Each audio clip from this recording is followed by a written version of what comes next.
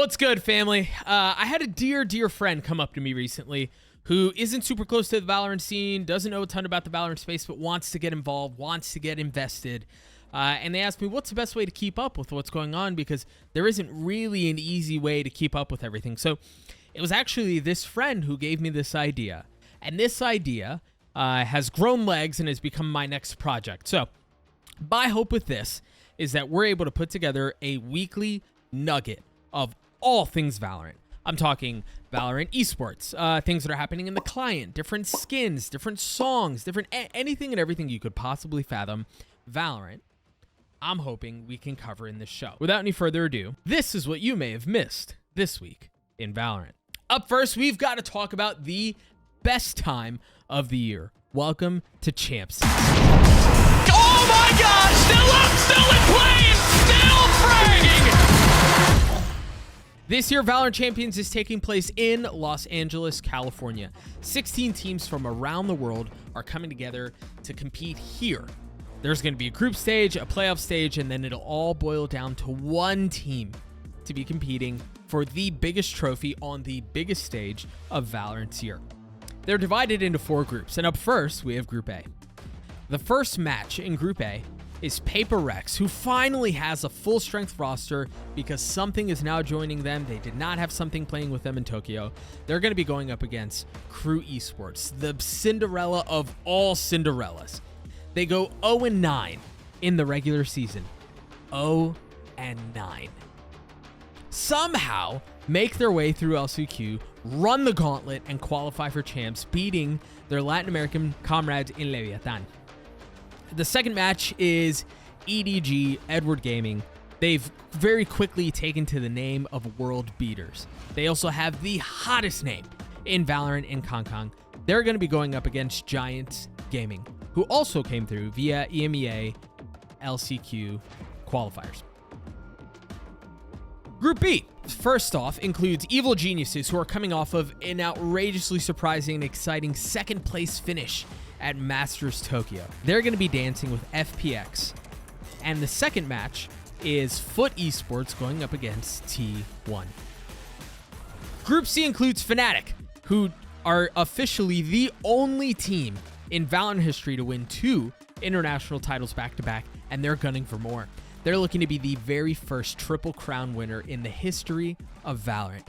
And their first obstacle is going to be none other than Zeta Division, who unfortunately missed out on Tokyo. They didn't qualify for it, but now they're back after winning their LCQ. And the second match of that group includes NRG, who are looking to build off of another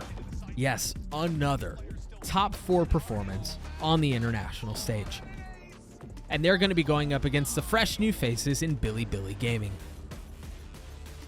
Group D, last but not least, is going to include 2 EMEA brethren battling it out in Team Liquid versus Na'Vi. I hope you're confident enough that we're going to show the best. And the last match of the group includes DRX, the hotly criticized and highly talked about team, be it because of their roster changes and what are they doing with Foxy9 versus Zest, and what's Termy doing, their head coach, how is he handling the roster. There's been so much discussion about this squad, what's the right thing to do, what's the wrong thing to do, and they're going to be going up against a team that's undergone plenty of critique themselves recently in Loud. They were considered to be a favorite, to be top 2, a very good chance to win Tokyo, and they didn't even make it to the finals. They only got 7th and 8th. They didn't win a single map. They're going to be looking to bounce back, again, on the biggest stage Valorant has to offer. You're not going to want to miss it. It really does feel like a month-long celebration of all things Valorant. There's an in-games Champs Battle Pass. There's Champs skins. There's a Champs song. We're going to talk about both of those later. And there's so much more that you're not going to want to miss. The tournament kicks off with Team Liquid versus Na'Vi on Sunday, August 6th at 12 p.m. Pacific Standard Time, and you can check out all the action on twitch.tv/Valorant. All right, the next big thing that we need to discuss is brand new to the Valorant client, and it's an esports hub.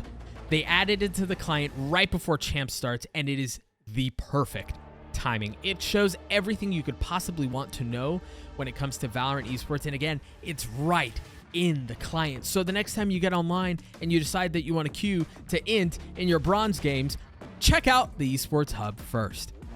It shows schedule, it shows rosters, and it shows a bunch of other dope stuff. And I think more importantly, this feels like a very important and very critical first step that Riot is taking in bridging the gap between the esports base, if you will, and the general population that plays Valorant, and is genuinely just a fan of the game. So I'm super excited to see what else Riot does with this, how they utilize this esports hub to continue to bridge that gap and to draw more attention to the esports space as a whole. So again, go check it out. The next time you're on the client, it's got your favorite players, it's got your favorite teams, and it's got all of the info you could possibly want regarding esports.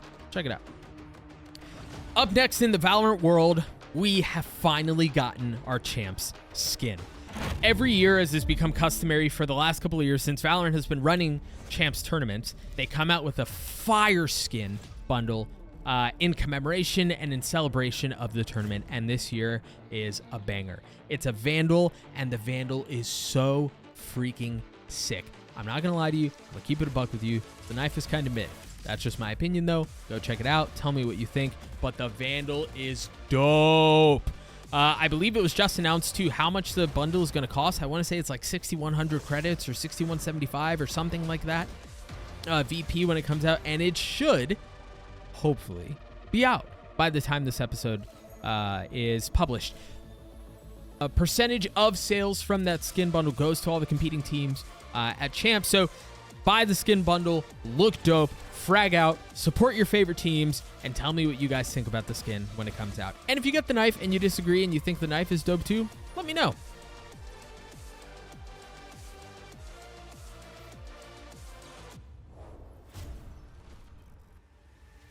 If you hadn't had enough Valorant Champions news, guess what? I've got good news.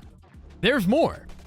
On top of the champ skins that come out every year, they also put together a champ song every year. And I've got a lot to say about this song. Okay? First off, the song's called Ticking Away by Grabbits. It's freaking spectacular. Full stop. Spectacular. But it's not really full stop because I'm gonna keep talking about it.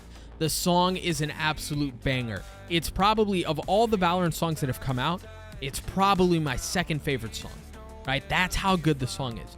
But I'm gonna be honest with you guys. The beauty of the song really comes together when you watch the music video as well. I'm not feely. I'm not a crier. That's just not who I am. Okay? That's just not the way I'm wired.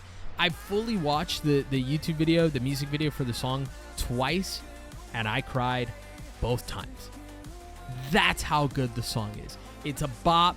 It's constantly playing in my head. I was actually just listening to it before I started recording this. So if you haven't listened to it, go listen to it. Ticking Away. It's an incredible song. But again, watch the video. You're going to miss out on so much if you only listen to the song and you don't watch the video. If somehow you haven't come across the song yet, go listen to it. I'll probably put a link to Spotify in the description or something so you guys can get to it much more easily. All right, and I promise you, this is the last Valorant Champions thing we're going to talk about. And it's not even really a champs thing. This is much more future-facing, but it is Valorant Esports, international Valorant Esports related. One of the Masters locations for 2024 was announced. Valorant is going to Shanghai. It's timed perfectly for the 1-year anniversary of the game being released in China, which actually just happened last month, if I'm not mistaken. So Valorant's heading to Shanghai.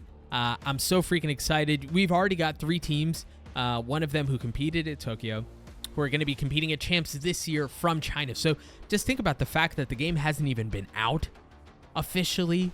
It hasn't fully been out, and there are already teams that are competing against the best teams in the world who had a 2-year head start, 3-year head start actually, on the game. EDG, FPX, Bilibili. China's the truth, my friends, and they're coming. And they're going to be so freaking good at the game. So, Valorant Masters, Shanghai 2024. It's going to be sick. I cannot freaking wait. Up next in the Valorant scene, this has been a very controversial topic. Well, actually, these two things that I'm going to say are not inherently controversial, but they have opened the doors to very controversial, very heated discussions from a myriad of different members and people in the community. So let's get to the meat first, and then we'll talk about the discussion that's been taking place afterwards. Up first, FaZe Clan dropped their roster.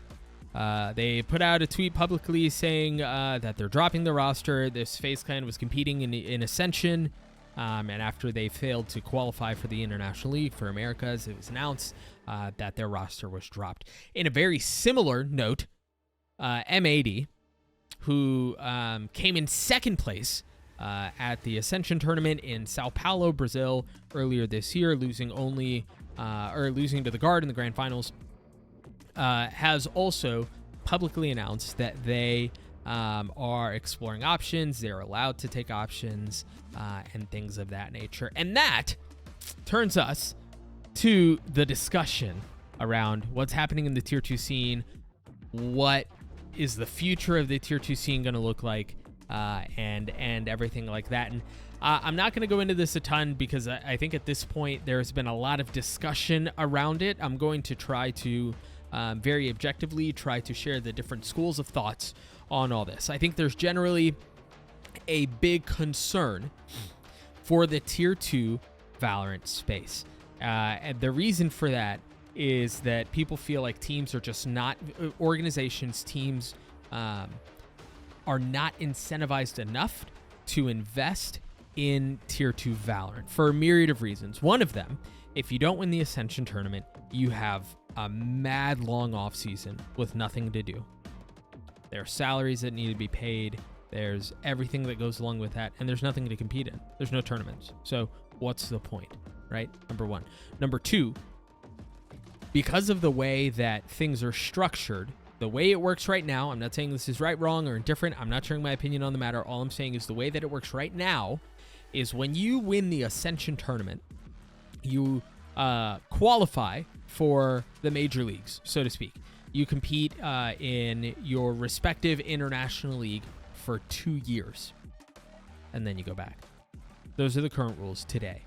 There have been tweets from people within Riot who have been trying to talk through what it is that's going on. I know this is an ever-evolving discussion, and I also think, and rightfully so, and I think, thankfully, this is a discussion that and a topic that's being discussed within Riot consistently. The one thing I will say on this topic is this: there, in my opinion, needs to be there needs to be more long-term incentive for Tier 2 organizations, for teams to want to invest in Valorant. I think, yeah. I'll just say that for now. I think this is going to come up a lot in comments. There are going to be a lot of discussions around this. And I think, again, given the fact that this is such a big topic for the future of Valorant, I think this is something that's going to come up. We're going to touch on this on the show a lot. And I'll be able to share a lot more of my own thoughts in the future when we have a bit more time. Right now, attention, light shined on Champions, and rightfully so. We will talk more about this in the future. But again, FaZe roster dropped. M80. I've just called him 80 for the longest time. M80, some their players are allowed to take offers and to explore different opportunities when it comes to the Valorant space. And that, dear friends, closes the very first episode of this week in Valorant. If you have thoughts, if you have opinions, if you feel like there's anything I didn't discuss or anything you feel like you want to see more of, please let me know in the comments below. Again, my hope is that this show becomes something that you guys can grab on a weekly basis to get fully caught up on everything that's going on in Valorant. I will be putting this out throughout the entire Champs tournament and then the off-season as well, so there should be plenty of things to talk about.